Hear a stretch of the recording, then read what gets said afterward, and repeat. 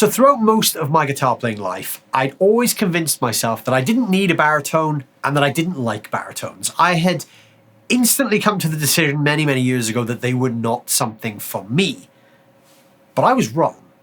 When I actually finally got around to experimenting with baritones and playing a couple of baritones over the last year, I realized what I've been missing out on. And I still now find it quite hard to believe that I've gone over 20 years without actually owning one. So in this video, I want to share with you 5 lessons I've learned over the last year that I've been playing around with baritones.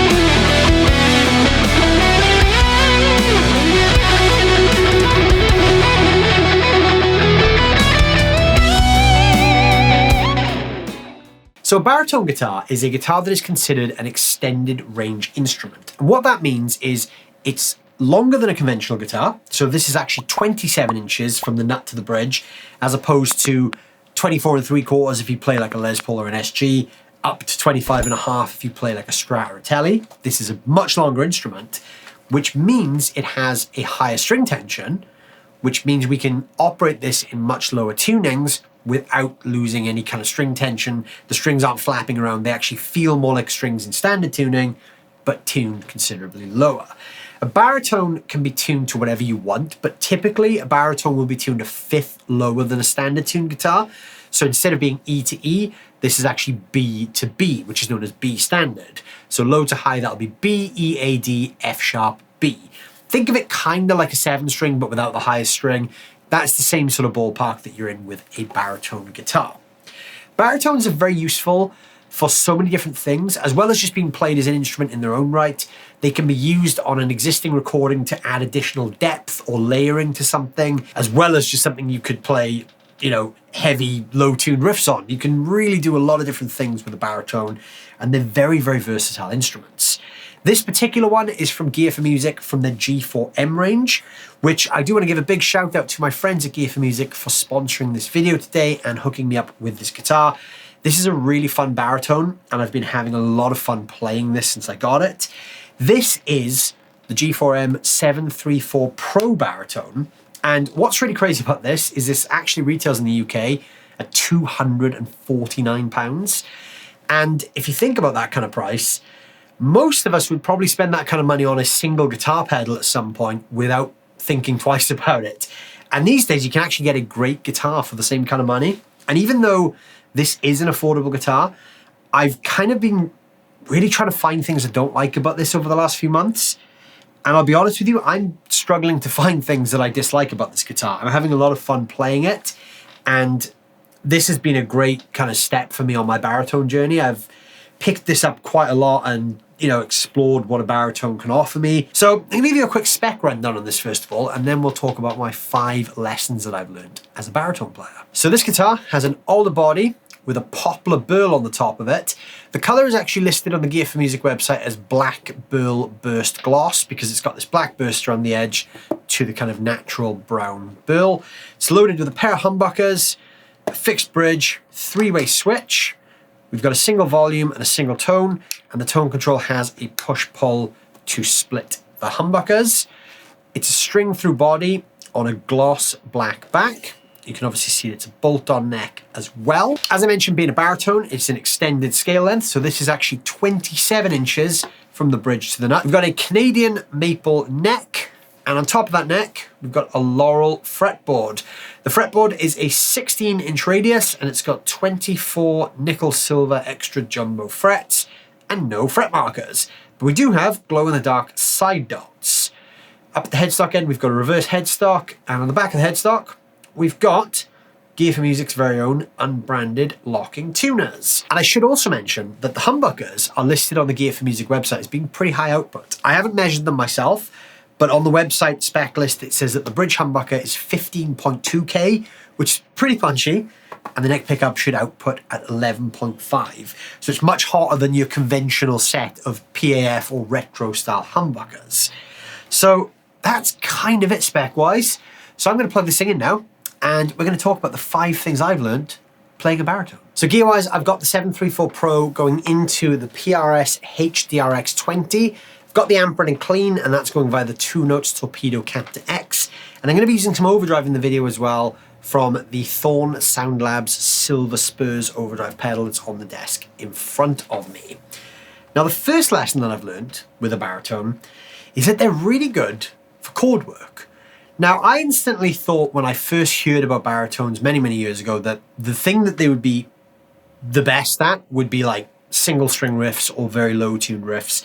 I kind of mistakenly put them into the same category as a bass, which I am very much aware is incorrect because it's not a bass, it's a baritone, it's a different instrument. But what I have learned since getting my hands on a baritone is that chords work really well on them, and they're very fun to play chords on because if you're someone who writes a lot of songs and you're just coming up with chord progressions, baritones are great because it can take your existing chord progressions and make them very moody sounding, and that's really fun. It's also really fun if you've got a guitar part in standard tuning that's like clean chords, whether it's picking or strumming. You can use a baritone to kind of double that with some extra low notes and just really thicken out the sound.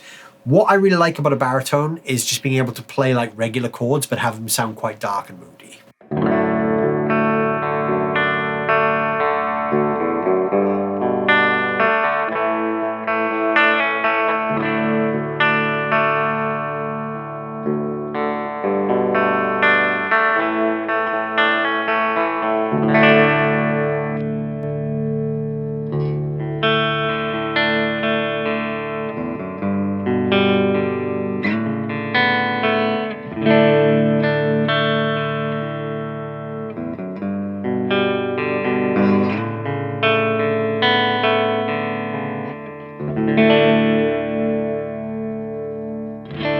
Baritones also work surprisingly well when you engage a coil split because you get this really nice kind of twangy but low funky sound.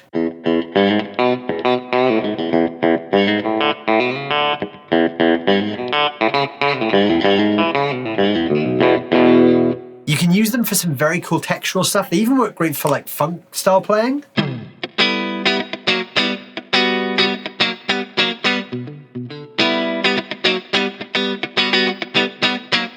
The second thing I learned about playing baritone was that if you pile on the reverb and have a super ambient reverb, you can get some really cool, thick, pad-like sounds just by playing slow chords.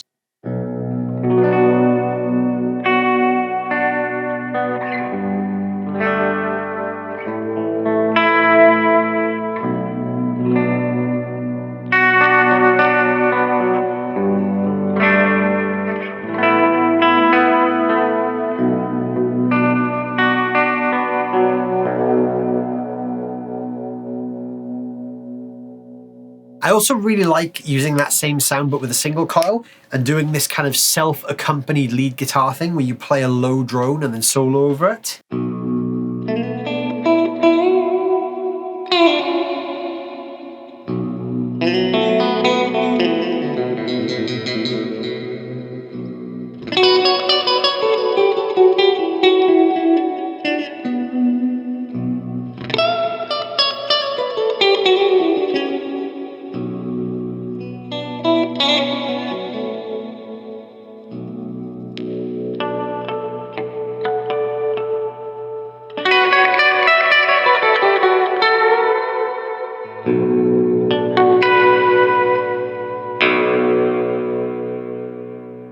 The third thing I learned is that if you really crank the gain on a baritone, you get this real fat, sludgy sound, which if you're trying to achieve that with a standard tuned guitar, you kind of need like a high gain fuzz to do it. It doesn't quite kind of sludge out in the same way.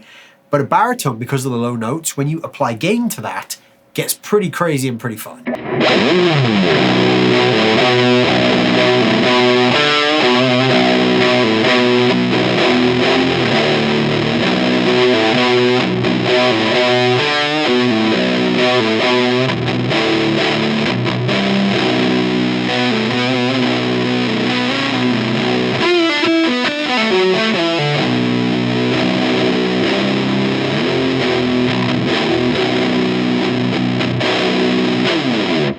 That's a really fun sound because the pedal I'm using, the Thorn Soundlab Silver Spurs, is actually based on the Marshall Silver Jubilee. And that is not a sound you'd associate with the Silver Jubilee. That is partly down to the gain from the pedal, but also then partly down to the low notes of the baritone. You kind of get this sludgy, fuzzy sound. It's really fun for playing like high gain licks with as well.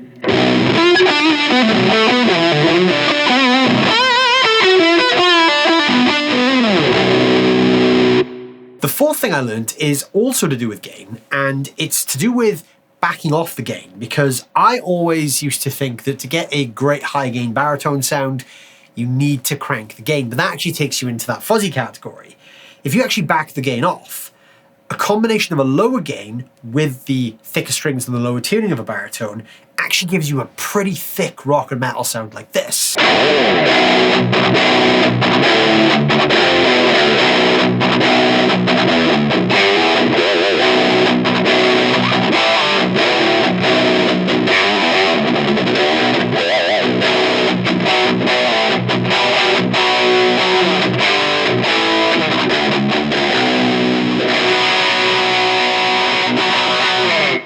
The fifth thing I learned about baritones is that it's really fun to play lead guitar on, because even though it's an extended scale length and it makes some of the patterns you may already know slightly more difficult, it's a really fun experience, and you've already heard me do that in this video from the jam at the start.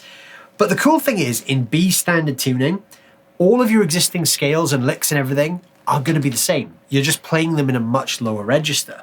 So anything you've previously done is still going to be possible.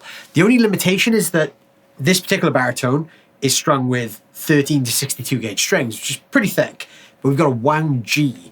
Now obviously it's going to be a bit harder to bend that one, but it's still possible, and you can still play all your favorite licks and everything else in this tuning with these strings.